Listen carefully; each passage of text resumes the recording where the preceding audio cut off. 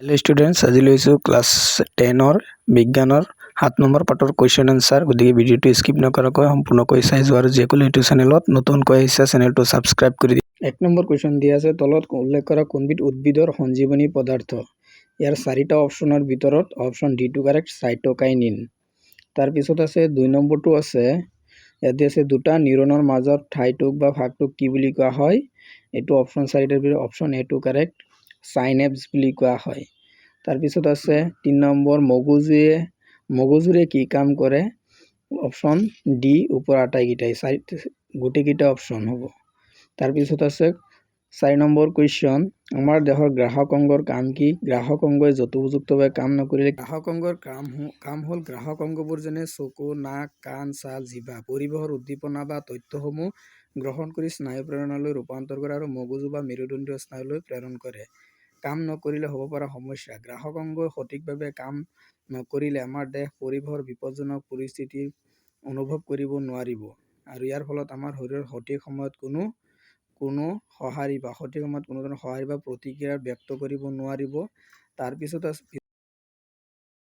তাৰপিছত আছে গঠন নিউৰনৰ বা স্নায়ুকোষৰ প্ৰধান অংশ কোষ দেশ ডেনড্ৰাইট এক্সন এই ডেনড্ৰাইটবোৰ বহু খেলুৱা শাখা প্ৰশাখাৰ দৰে আৰু এক্সন এডাল দীঘল শাখাহীন প্ৰবৰ্ধ কাৰ্য ডেনড্ৰাইটে উদ্দীপনা বা সংকেত গ্ৰহণ কৰে এই সংকেত বিদ্যুৎ প্ৰেৰণা ৰূপে এক্সনৰ মাধ্যমেৰে চালিত হয় গতিকে দুটা লিখিলে হ'ব। তাৰ পিছত আছে উদ্ভিদৰ পোহৰানুৱৰ্তী প্ৰতিক্ৰিয়া কেনেকৈ সংঘটিত হয় উদ্ভিদৰ কাণ্ডই পোহৰ দিয়ে বৃদ্ধি পোৱা গতিক পোহৰানুৱৰ্তী গতি বোলে। যেতিয়া উদ্ভিদৰ এটা দিশৰ পৰা পোহৰ পৰে তেতিয়া কাণ্ডৰ টিঙত থকা অক্সিন নামৰ হৰম'নটো পোহৰ নপৰা ছাঁযুক্ত দিশলৈ যায় আৰু ছাঁযুক্ত দিশত অক্সিজেনৰ গাঢ়তা বৃদ্ধি পোৱাৰ বাবে এই অংশৰ কোষবোৰ দ্ৰুতগতিত দীঘল হয় আৰু ফলত কাণ্ডটো পোহৰৰ দিশলৈ ভাঁজ খাই বৃদ্ধি পায়। তাৰপিছত আছে 7 নম্বৰ তাৰপিছতটো আছে স্নায়ুৰজ্জুত আঘাত হ'লে কেনে বাৰ্তা ব্যাঘাত ঘটে যেনে প্ৰতিক্ৰিয়া আৰু মগজুলৈ বাৰ্তা প্ৰেৰণ প্ৰতিক্ৰিয়া কি মগজুৰ অংশগ্ৰহণ অবিহনে লগে লগে হোৱা স্বয়ংক্ৰিয় প্ৰতিক্ৰিয়াবোৰ বন্ধ হৈ পৰে মগজুলৈ বাৰ্তা প্ৰেৰণ শৰীৰৰ নিম্ন অংশৰ পৰা সংবেদী স্নায়ুৰ জৰিয়তে মগজুলৈ যোৱা উদ্দীপনা আৰু মগজুৰ পৰা পেশীলৈ অহা সঁহাৰিবোৰ বিচ্ছিন্ন হৈ পৰে। উদ্ভিদৰ ৰাসায়নিক সমন্বয় কেনেদৰে হয় এইটো তোমালোকে চাই যোৱা এইটো 3 মাৰ্কৰ বাবে আহিব পাৰে এইটো চাই যোৱা বহুত ইম্পৰ্টেণ্ট কুৱেশ্যন হয় এইবিলাক। তাৰ পিছৰ কুৱেশ্যনটো চাই যাবা তাৰ পিছতো দিয়া আছে যে জীৱৰ দেহৰ নিয়ন্ত্ৰণ আৰু সমন্বয়ৰ কাৰণে কি প্ৰয়োজন হয় এইটো লিখিলে হ'ব।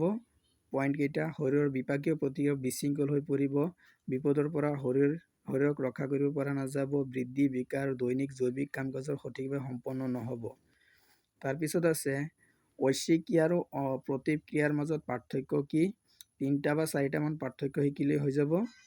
পাৰ্থক্যকেইটা চাই যোৱা 3টা বা 4টা মান লিখিলেই হৈ যাব ইয়াত বহুকেইটা আছে 2টা মান লিখিলেও হ'ব। তাৰপিছত আছে 11 নম্বৰ প্ৰাণীৰ নিয়ন্ত্ৰণ আৰু সমন্বয়ৰ স্নায়ুতন্ত্ৰ আৰু হৰম'নৰ ক্ৰিয়াৰ মাজত তুলনামূলকভাৱে আলোকপাত কৰা এইটো পাৰ্থক্য হ'ব এইটো চাই যোৱা 3টা মান লিখিলে হৈ যাব। তাৰপিছত আছে এইটো চাই যোৱা 3টা তাৰপিছতটো হ'ব নীলাজী বনৰ পাতৰ চলনৰ লগত আমাৰ ভৰিৰ চলনৰ আচৰণৰ পাৰ্থক্য কি এইকেইটা তোমালোকে চাই যোৱা এইটো ইম্পৰ্টেণ্ট হয় বহুত ইম্পৰ্টেণ্ট হয় এইবিলাক। গতিকে এইখিনি আছিল আজিৰ ভিডিঅ'ৰ মূল বিষয়বস্তু।